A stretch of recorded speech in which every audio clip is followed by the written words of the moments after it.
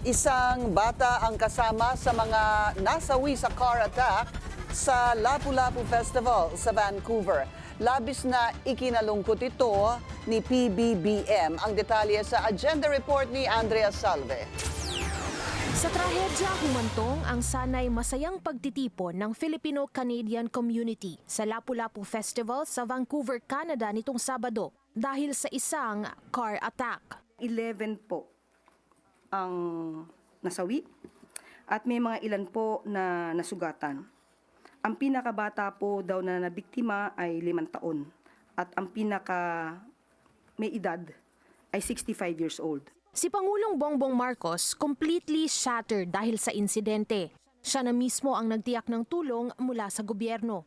Inatasan niya ang mga tauhan sa Vancouver na alalayan ang mga biktima at makipag-ugnayan sa mga otoridad sa Canada. Dahil po ito'y kapwa Pilipino, minadali po agad na matulungan, ibigay po ang lahat ng maaaring maitulong, lahat ng koneksyon para sa mga Pilipino po natin na nadamay po dito sa trahedya po sa Vancouver.